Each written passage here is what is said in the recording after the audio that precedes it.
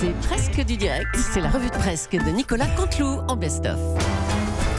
Allez, une info qui concerne Marine Le Pen. Hier, le JDD nous apprenait que pour financer la campagne des Européennes, Marine Le Pen vendait des packs. Pour 15 000 €, un cocktail en présence de Marine Le Pen. Pour 50 000 €, un déjeuner avec elle. On va en parler avec son père. Bonjour Jean-Marie Le Pen. Moi, j'ai donné 4 millions d'euros à ma saleté de fille. J'ai le droit à quoi? Qu'elle se pende, n'est-ce pas? Qu'elle saute du haut de la tour Eiffel? 50 000 € pour un déjeuner avec elle, c'est cher quand même. Hein. Oui, mais attendez, et encore plus cher, n'est-ce pas? J'ai la grille de tarifs sous les yeux. Un cocktail, 15 000 €, un déjeuner, n'est-ce pas? 50 000, un dîner, 75 000 € et une nuit d'amour, 15 €. Et c'est déjà trop cher, les draps. Attendez, je m'avais dit, sa lingerie déjà portée 800 €. Oh non. Non, il n'y a que son programme qu'elle ne vend pas. Bah pourquoi? Parce qu'elle n'en a pas. Oh, on a compris. Merci Jean-Marie Le Pen. Demain, c'est l'acte 15 des Gilets jaunes, enfin en principe, après les dérapages antisémites des dernières semaines qui sont passés en boucle sur les chaînes info. Personne ne sait comment les choses vont tourner cette fois-ci. Alors voyons comment on se prépare du côté de chez BFM TV. C'est avec Christophe Delay. Bienvenue sur BFM Télé, première chaîne info de France, acte 15 donc des Gilets jaunes. Demain, y aura-t-il des dérapages antisémites? C'est la vraie question, édition spéciale. La France vit dans la peur, ce que nous allons illustrer tout de suite avec donc un jingle effrayant.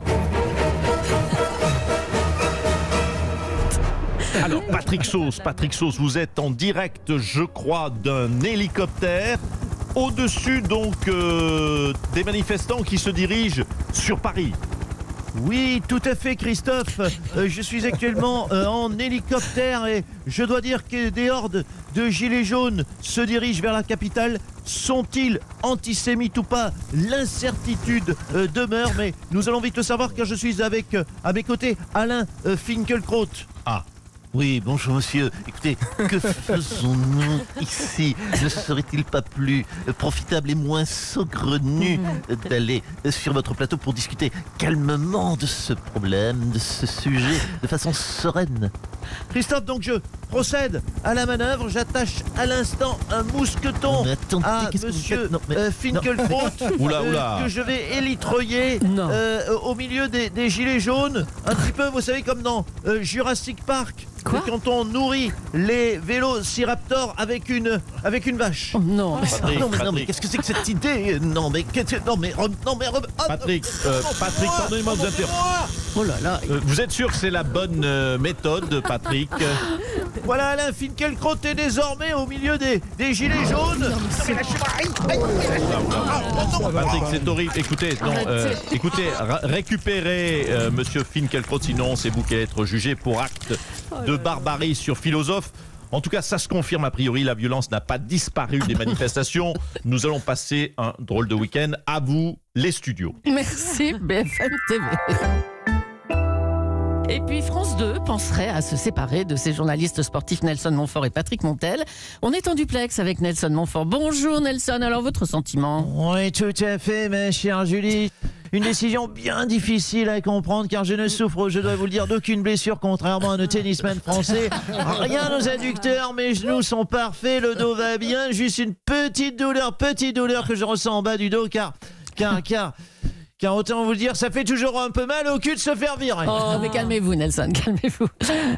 Puis vous allez rebondir sûrement, hein? Oui, tout à fait. D'ailleurs, je suis actuellement sur une compétition sportive à la maison de retraite des Mimosas, tandis que j'aperçois Ginette, 91 ans, 48 kilos, qui va tenter de battre un record de vitesse, faire le parcours, sa chambre, leur réfectoire en moins de 2 heures. Ginette s'élance et c'est parti. Elle est bien, Ginette, elle est sur les bases du record du monde, alors que oh là là, sort du diable Vauvert, Maurice qui arrive. Ginette vient d'être doublée par Maurice sur déambulateur Fleury-Michon. Oui, car il y a une tranche de jambon qui s'est coincée dans le pied du déambulateur. Je sens que je vais me plaire ici, ma chère Julie.